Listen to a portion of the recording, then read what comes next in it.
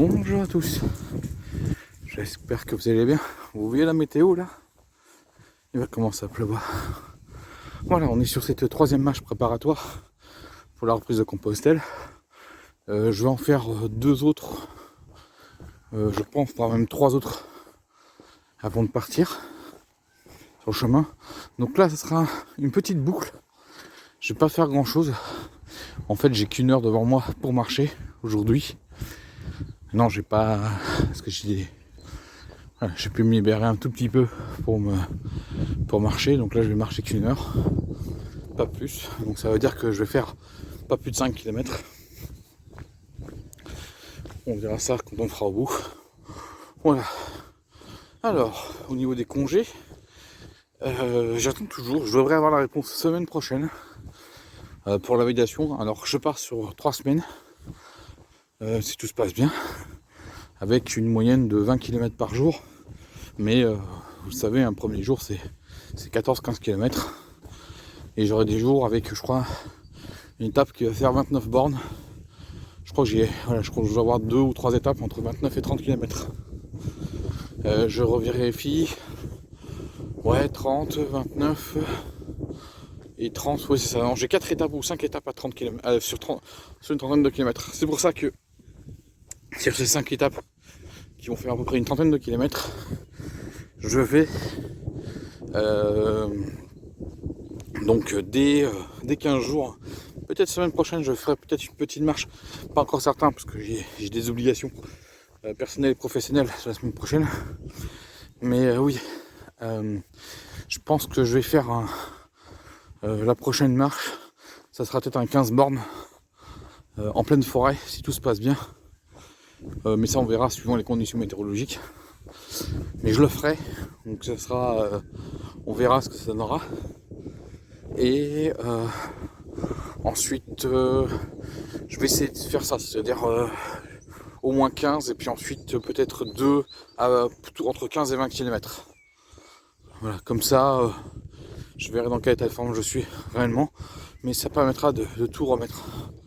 Et là, je peux vous dire, ça y est, il pleuvote, donc je suis pas équipé. Alors j'ai ce qu'il faut pour me protéger de la pluie, mais je suis pas vraiment équipé à 100%. Hop, regardez-moi ces chevaux. Voilà. Allez, on se retrouve sur le chemin un peu plus loin. Regardez sur le haut, c'est une des 30 000 perruches accueillies qu'on a en Ile-de-France. Et cette espèce est en pleine expansion depuis une quinzaine d'années. En fait, ils ont atteint leur zone de stabilité. Et maintenant, depuis 15 ans, les perruches se propagent dans toute l'Île-de-France.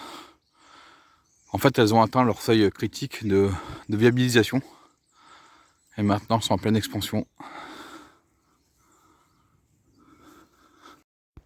Vous voyez, je vous mens pas quand je vous dis que je vais faire la promenade sous la pluie.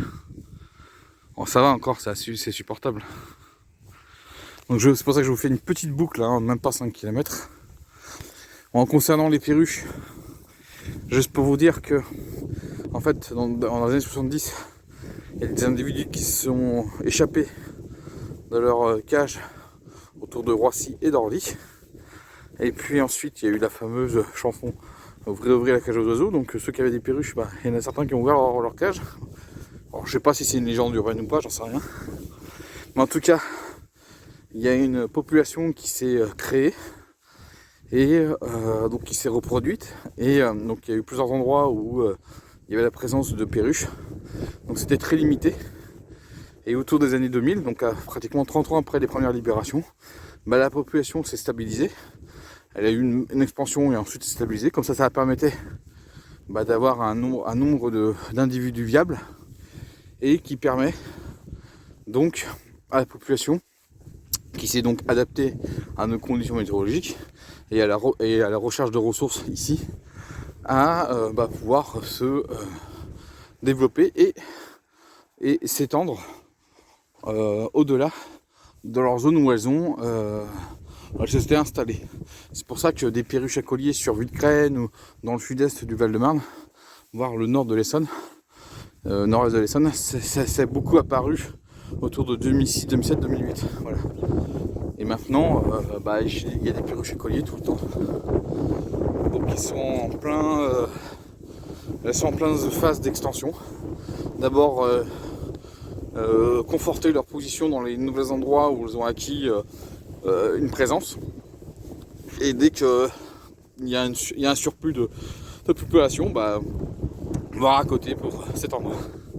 Donc c'est pour ça que je vous dis, j'ai dit 30 000 individus en Ile-de-France, parce que sur les dernières données, vous verrez, c'est des données d'il y a pratiquement plus de 10 ans, et il en était avec une estimation entre 15 et 20 000.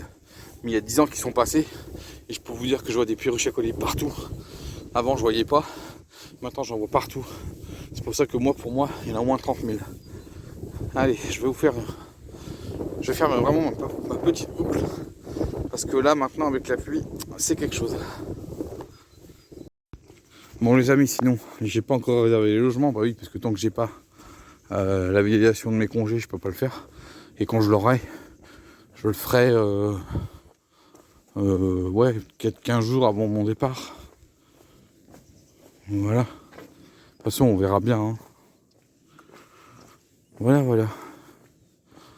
L'ancien village de Cercey. Alors je vais pas faire la grande boucle de Villecrène, j'aurais pu la faire. Mais là, non. Petite boucle, quand je vous dis, j'ai pas beaucoup de temps. Quand je fais la grande boucle, normalement, ça me prend à peu près 2 heures. Hein. Là, je vais faire une toute petite boucle. Donc, on verra.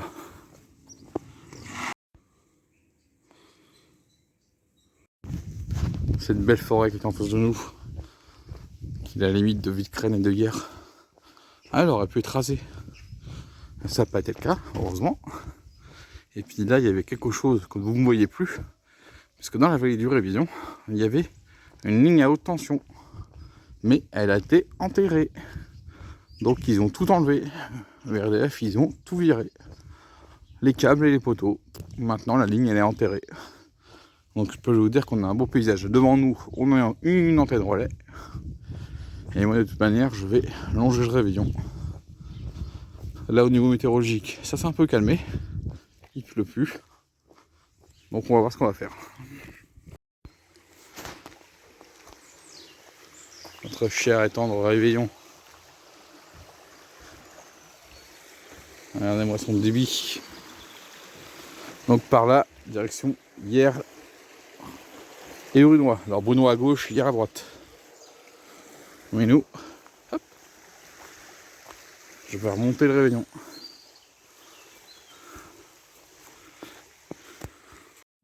Alors désolé, c'est pas cette ligne là, c'était l'autre ligne qui se trouve de l'autre côté, qui avait été qui a été enterrée. Celle-ci n'a pas encore été enterrée. Là on est quand même sur du je sais plus quelle tension, moyenne tension, j'ai l'impression, au moins du 90 000 volts, peut-être, je sais pas, ou juste en dessous. En tout cas, le chemin, il est bien gadoureux. Donc ce que je vais faire, c'est que je vais aller jusqu'à l'autre chemin qui est plus potable, on va dire. Et puis ensuite, je vais remonter tranquillement. Voilà, je vais vraiment faire la petite boucle. Là, vous avez le club de tir à l'arc et de Villecrène qui sont là. Regardez. Donc les petits galets qu'on voit là-haut, c'est ce qu'on appelle des isolateurs. Et là, j'en compte 1, 2, 3, 4, 5 x 2, ça fait 10. Donc ouais, donc c'est un 5, c'est une 90 000 watts.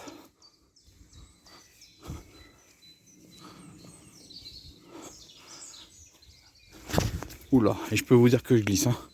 J'ai pas pris mes chaussures de marche, j'ai pris mes autres chaussures. Mais là, ça glisse. Hein. Là, vous voyez mieux. Il y en a 6 en tout. Donc 6 x 2. Donc c'est du 120 000 watts. En fait. Allez,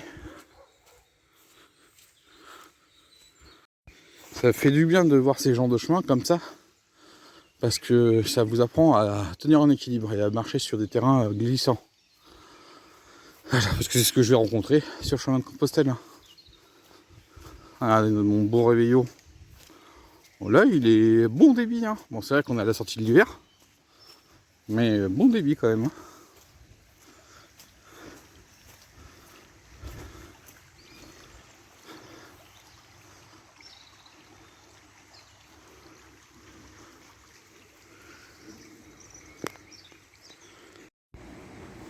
Malheureusement, vous voyez la pollution.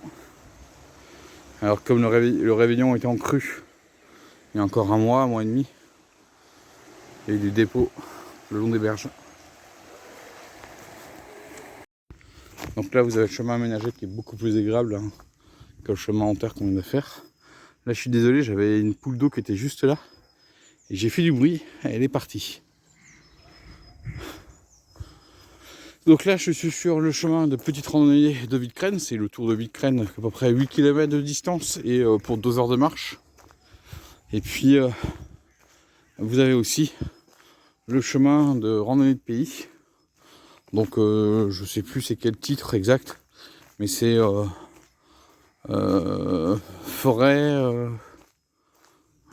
de Briard ou plaine forêt de Briard ou rivière plaine forêt de Briard, je sais plus du tout. En tout cas ça part de la gare de Neuilly-Saint-Georges vers la gare de... Alors c'est pas Ozoir-la-Ferrière, c'est juste celle d'à côté, je sais plus c'est laquelle. Et c'est une distance de marche de 3 à 4 jours de marche. Donc c'est idéal pour tenter le bivouac. Et la première étape c'est Villeneuve-Saint-Georges, Comble-la-Ville.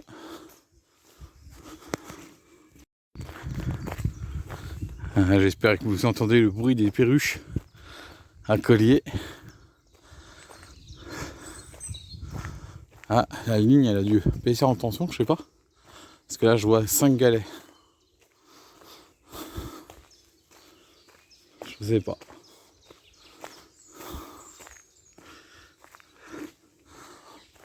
Voilà. Je sais pas si vous y avez entendu là, mais on entendait des perruches à collier. Bon, allez, on va rejoindre la route tranquillement. Elle doit être à 300 mètres à peu près. Puis ensuite, remonter tranquille pour finir la boucle. Donc un peu moins d'1 heure de marche, je pense. On verra bien. Mais voilà, c'était vraiment... après manger là, c'était pour se décrasser quand même. Et puis ensuite, je vous dis, semaine prochaine, pas certain que je fasse une marche. Si j'en fais une, ce sera une petite marche comme là, comme je viens de faire aujourd'hui là.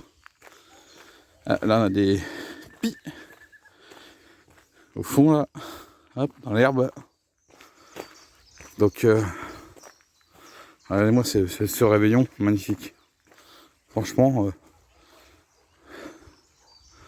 pour pouvoir longer la rivière de pratiquement son embouchure jusqu'à à peu près jusqu'à Sermon, même s'il y a des endroits où on s'écarte de la rivière, c'est superbe. J'espère qu'un jour on ira de Sermon jusqu'à sa source.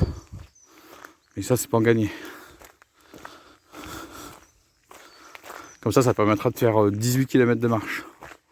Voire un peu plus avec les petits détours nécessaires. Alors pour information, pour ceux qui s'inquiètent, toute cette zone là, le long du réveillon, elle est protégée. Ah oui, il a fallu presque 40 ans de combat pour que la vallée du réveillon soit protégée. Parce qu'avant, la Seconde Guerre mondiale, hein, avant l'explosion démographique qu'on a connue après, là, les baby-booms, tout ça, c'était des champs. Des champs. Et ensuite, il y a eu l'extension urbaine. Ah non, c'est bon. Les galets, il y a toujours. C'est juste qu'il y avait un truc plus petit, non. On est sur une 120 volts à peu près. 120 000 volts. Hein. Donc là, toute cette vallée-là, elle est protégée. Ça doit faire maintenant 15 ans. 15-20 ans que les décrets sont passés.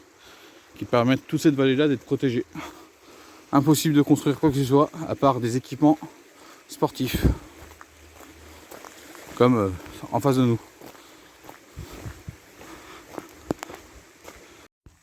Voilà, dernière réflexion avant de prendre le chemin pour monter.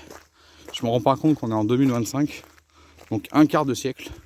J'ai passé plus de temps dans le 21e que dans le 20e. Et ce monde qui a énormément bougé entre peu de temps, c'est quand même fou. Et je pense que je comprends pourquoi des gens comme moi font Compostelle pour essayer de trouver peut-être un équilibre dans leur vie. Un but, un équilibre, quelque chose qui, on va dire, ne s'échappe pas de la réalité, mais essayer de se reconcentrer sur soi, mais aussi l'ouverture aux autres. Donc c'est un peu ça. Vous voyez, j'ai fait que 10 jours sur le Compostelle. Là, si tout va bien, j'en fais 20 ou 21 jours de plus. Et je suis sur le chemin de Compostelle, le chemin de pèlerinage, jusqu'en 2031. Donc encore 6 ans, si tout se passe bien. Donc voilà, si je fais tous les ans, bon là cette année c'est 3 semaines. Après on sera sur des périodes de 15 jours à peu près. Il y aura peut-être une ou deux fois où je passerai à 3 semaines. Mais voilà. Oh, j'ai un oiseau là-haut. C'est pas un pigeon ou c'est un pigeon? Oh, je crois pas. Je vais vous le zoomer. Vous voyez ce que vous voyez pas. Voilà, c'est avec la résolution que j'ai. Donc je sais pas ce que c'est. J'aurais dit un pigeon, mais ouais, c'est peut-être un pigeon. Oh là, là j'ai un... Voilà. Vous voyez, hein, en se promenant, on observe la nature. Hein. Allez. Moi, je pense que je vais vous laisser ici. Dans cette petite marche de reprise. Ah, reprise, pas du tout, mais cette petite marche là sur les 3 premiers jours d'entraînement. 3 marches d'entraînement. Il m'en restera encore 3, 4, 5, 6, je sais pas encore. Au moins minimum encore 3, c'est sûr. Et après, on verra. Oh, non, c'était un pigeon. Voilà, mais c'est bien d'observer. Parfois, je vois des buses. Parfois, des faucons crécelles. Ah, il faut observer. Il y a des hérons aussi. Voilà. Allez. Moi, je vous laisse ici. Je vous dis ciao et à la prochaine. 1 km à pied, ça use. 1 km à pied, ça use et souillé. Tiens, j'ai une bonne faim hein, comme ça. Le conseil du jour, aller aux toilettes avant de partir. Je peux vous dire que là, j'ai hâte d'arriver pour faire ce qu'on a à faire. Et bien sûr repérer un peu où se trouvent les bars, épiceries, cafés, tout ça, compagnie. Boulangerie, tout endroit susceptible où vous pouvez aller aux toilettes. Hein. Pour pas chier dans la nature, mais ça arrive qu'il faut aller faire ses besoins naturels dans la nature. Donc n'oubliez pas de prendre du papier toilette quand vous marchez. Allez, je vous laisse. À la prochaine fois.